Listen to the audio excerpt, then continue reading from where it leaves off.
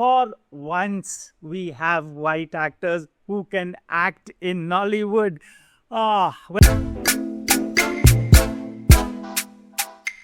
Hello and welcome to the channel. I just saw Baby Farm on Netflix. It's available on Netflix Africa, so VPN. But yeah, this series has been produced by Ebony Life by Mo Abudu. It's been directed by Waltbanger Taylor and Kayode Kasum, two really fine directors.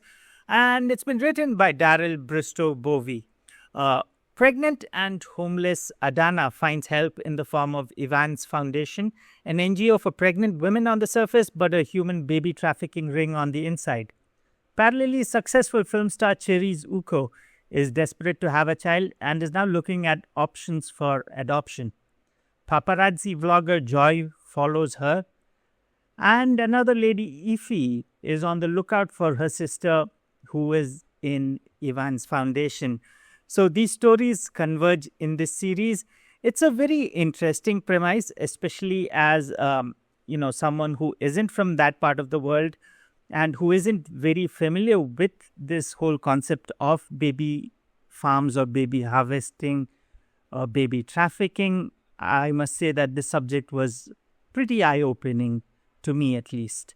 The clinic or the baby farm is at the center of this series. And there's a profound darkness in the way it's been showcased, where, women are held captive, they're made to deliver, and they're given to adopters, either with or without their consent. And many women after delivery are again made pregnant, mostly by force. The grey walls, the eerie music, everything adds to this dystopian look and feel to the settings. And to add to that, pregnant women in the facility are referred to as makers or baby makers, which, further adds to the inhumanness at play.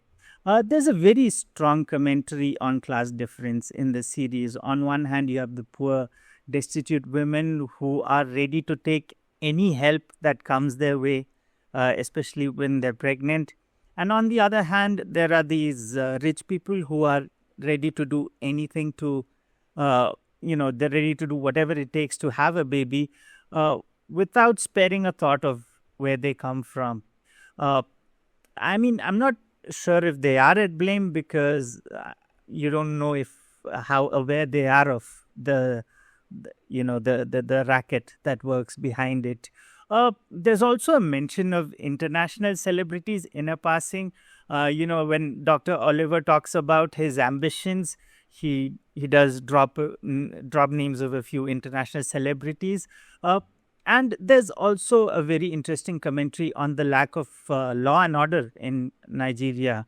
When Ify goes looking for her sister, the response she gets from the police is very lackluster.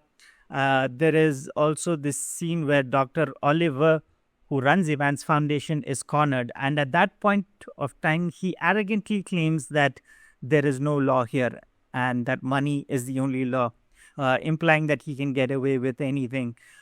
In terms of the treatment, this, unlike many Nigerian series, has a proper demarcation of episodes. There are well-defined episodes. Waltbanger and Kayode Kasum have also done a fine job in keeping the series pacey. And the paciness of the series does not come at the cost of the breathing room that the conflicts, the emotions, the character development, all of these things need. So it's a very fine balance that has been struck here. The editing is commendable, of course, for all the points I just mentioned. But besides that, at many points, there's also an intentionality and a rhythm to certain cuts, which is a great job over there. Moving on to performances. For once, we have white actors who can act in Nollywood. Well, even though they pale in comparison to the Nigerian actors, and no, I don't mean that in terms of skin tone, you racist. Anyway, performances. Onyinye Odokoro Well, I've never seen her before, and I'm surprised I've never seen her before. But all said and done, this is a breakthrough performances. There are high highs, low lows, and she just hits every note. The body language of a pregnant woman, the despair of the situation, the alertness of a cornered rat, she's got all of that, and it comes through beautifully. Genoveva Umeh, well, this girl's onto something, and I'm glad she's been getting roles that can showcase her diversity or her versatility. We've seen her ace the role of a spoilt rich brat, and this is the diametric opposite. She's poor, she's naive, she's scared, and she's every bit believable. Langley Kirkwood, who plays Dr. Evans, has done justice to his role, though I have to say he is not as nuanced, but you definitely see the character for what it is. Jenny Steed as Barbara, is it Steed or Stead? I'm not sure. I apologize for that. But yeah, Jenny has a bit more nuance. She effortlessly switches from this caring woman to this manipulative woman, and it's a fine job done here. There are also good performances from Joseph Benjamin, Rita, Dominic, Folu Storms, and Kiki Omeili. Well, in conclusion, I'd say that it's a shame that this series is geo-locked, not only because of the quality of the series, but also because of the subject over here. I mean, this definitely deserves an international audience. I mean, we all know how much Hollywood loves, or how much Hollywood stars love adopting African children and flaunting them.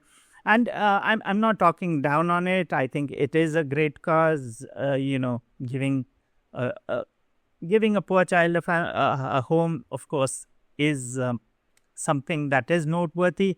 But at the same time, I do feel that this series or content based on this subject will at least make sure that they do their due diligence. Yeah, that's it for this time. Do let me know your thoughts.